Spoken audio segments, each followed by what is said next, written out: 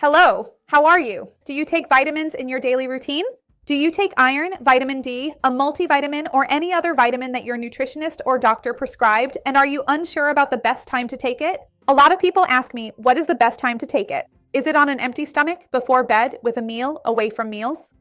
So today I'm going to answer that for you here. You're going to love this video, so stay until the end because you won't want to miss it. Before we start, I want to know if you take vitamins, and which vitamins do you take on a daily basis? Write it for me down here in the comments. I'd love to see your comment. Remember to like the video. It's really important for me here on the channel. And if you know someone who also has this question, share this content. Let's spread this chain of kindness. That's what I want here on the channel. Let's talk about this because it's a question that many people have. People are sometimes afraid of taking it at the wrong time and not absorbing the vitamin. Or maybe if I take it at the right time, could it boost the effect of the vitamin even more? And a golden rule is that when it comes to food and eating, that will always matter more than the time of day because our bodies don't have a built-in clock. Our bodies think differently from us, who have this correlation, this sense of time. Our bodies are more connected to hormone secretion and other more physiological processes. And the environment of the stomach and intestines will have a greater impact on absorption than any time of day. This environment changes a lot when you're fasting versus when you're processing food that's in your digestive tract, whether in the stomach or the intestines. So what changes in our stomach when we're fasting, right? When fasting, we know that the stomach is more acidic, the secretion of hydrochloric acid is more active, and it's working there, but without food to dilute and buffer it a bit. This isn't necessarily a bad thing. On the contrary, it's physiological. We know that it's necessary for the stomach to have these periods of acidity precisely to reduce the growth of harmful bacteria and to facilitate the digestion of various nutrients that we consume. So up to this point, everything is fine. Now, without the cushion of food, that cushion that softens the impact, when you swallow a capsule or a pill on an empty stomach, it comes into direct contact with the lining of the stomach. So, if the compound is more irritating, and if the person is already predisposed to sensitivity, it can cause nausea, burning, stomach pain, and even a feeling of an upset stomach. That's why people say, whenever I take the vitamin, I feel really sick. I get very nauseous. Were you taking it on an empty stomach? This is an important point. We have a higher probability of developing sensitivity and a greater chance of experiencing reflux, even nausea, queasiness, and in more severe cases, even vomiting. Some supplements can further stimulate gastric secretion or may have a more metallic taste or smell, that medicine-like metallic taste that lingers in your mouth, and they can feel a bit heavy on the stomach. And when we're fasting, this can be intensified. It happens more strongly. And then the person says, I'm not going to take this supplement because it doesn't agree with me. Do you know people like that? Actually, the problem isn't necessarily the supplement itself, but the way it's being taken, in this case on an empty stomach. Then a lot of people ask, but Patricia, why do some people have such a hard time taking supplements on an empty stomach, while others are totally fine, like it doesn't make any difference? It always depends on your own body, whether you have a greater tendency towards stomach acidity, reflux, heartburn, or if you're naturally more sensitive to certain foods or substances. And there are supplements that can have a greater impact. We know that iron is one of the main culprits for gastrointestinal discomfort, and it can cause nausea, pain in the pit of the stomach, what we call epigastric pain, heartburn, and intestinal problems. Sometimes it can cause more severe constipation in many people. Of course, this depends on the type of iron. The ferrous sulfate is usually the one that causes the most problems, while chelated irons like monocolates generally have less impact in this regard. But it really ends up being a more irritating mineral and can alter gastric motility, the actual gastric tolerance. So, when taken on an empty stomach, this sensation is even stronger. That's why we often suggest that you take iron with a large meal. An important point is that when you take iron with a meal, ideally it should be with a main meal, like lunch or dinner. Why is that? These main meals usually don't contain calcium. Usually we consume milk, dairy products, foods that are high in calcium during smaller meals like yogurt, milk, or cheese, typically at breakfast or in the afternoon snack. It's less common for us to have these during lunch or dinner. So since calcium and iron compete, the ideal is for you to take iron either with lunch, after lunch, or with dinner. Since taking it at dinner isn't ideal either, because you're about to go to sleep and all, it could cause some discomfort, so the usual recommendation is to take it with lunch. But if you're unsure, always talk to your nutritionist or your doctor. Remember, this video is for informational purposes only. There are other supplements that can also irritate the stomach a bit or cause some discomfort.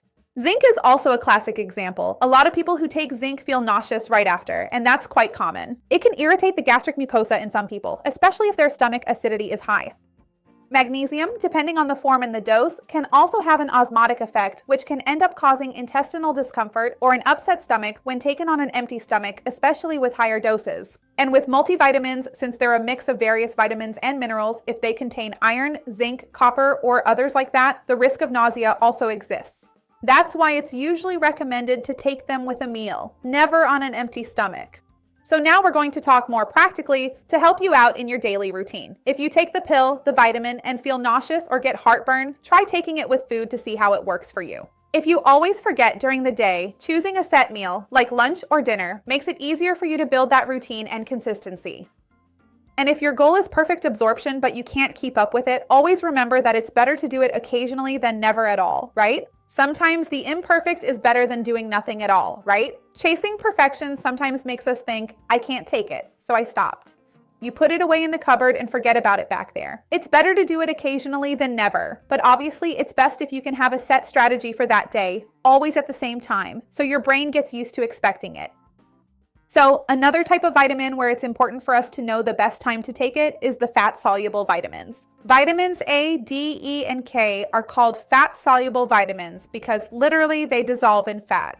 When this happens, the vitamins are more easily absorbed when there's some type of fat present. That's why some of them even come in oil. When you usually buy a good quality vitamin D, it comes in a soft gel capsule with a little oil inside. So that already helps with the absorption of vitamin D. So it needs that bile, the bile to be stimulated, right? So that the fat can be emulsified. So usually absorption is enhanced, especially when you take it together with a fatty food, which is an easier vehicle. Just because we say it's better absorbed with fat, it doesn't mean you should eat French fries or fried snacks.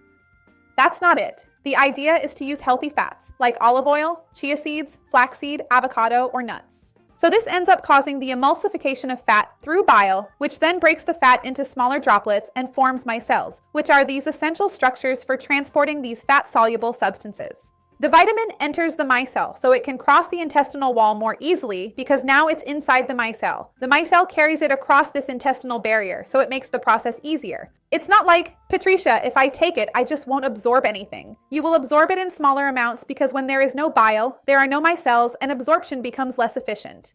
But once again, if that's the only time you have to take it, it's better than not taking it at all. Remember that story I told you? But if you can optimize and take it with a meal, absorption is usually always improved. There are also water-soluble vitamins, which means unlike fat-soluble ones, they dissolve in water.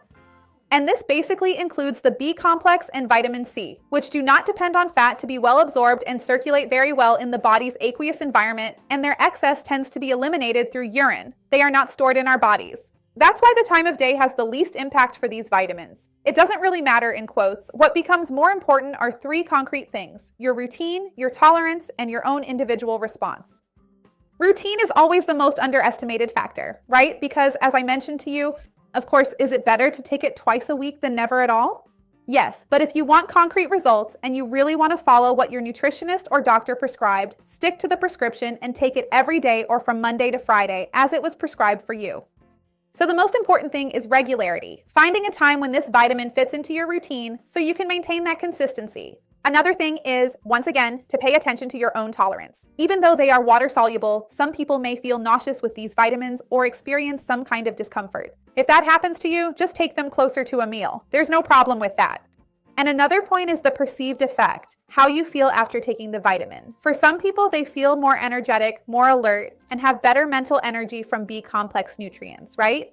So, in these situations, since it makes you feel so much more energetic, maybe it's better to take it first thing in the morning, you know? Because then it won't interfere with your sleep, and it also improves your daily routine, making you feel more energetic, right? It's like your brain works better. You feel more alert. So it can help with energy production in this way, so it really comes down to your personal preference. Another important thing we should talk about, which I've already touched on with you, is the different types of minerals and their competitiveness. Because minerals are often absorbed at the same site, in the same place in the intestine. So the absorption sites are very close together, or even the same, so they compete with each other. That's what I mentioned with the example of calcium and iron. So usually if you take several mineral supplements throughout the day, your nutritionist will often ask you to split them up. For example, take calcium at breakfast after breakfast and take iron around lunchtime. Leave a gap of a few hours to make absorption easier. So remember once again that this video is purely informational. Any advice to the contrary that you've received from your healthcare professional, obviously you should follow. The idea here is just to give you more information to help you and even for you to bring up at your appointment. So tell me, have you ever been prescribed any kind of supplement? What time do you take it that doesn't sit well with you? And what time do you take it that works well? I'd love to see your comment. Just a reminder, I have a playlist where I talk about several different vitamins and minerals. It's really complete and really cool, and I'll leave it down below in the description. And if you know someone who would enjoy this, share this video, okay? Sometimes someone needs these tips. Let's spread this chain of kindness. That's what I want here with the channel. See you next time. Bye.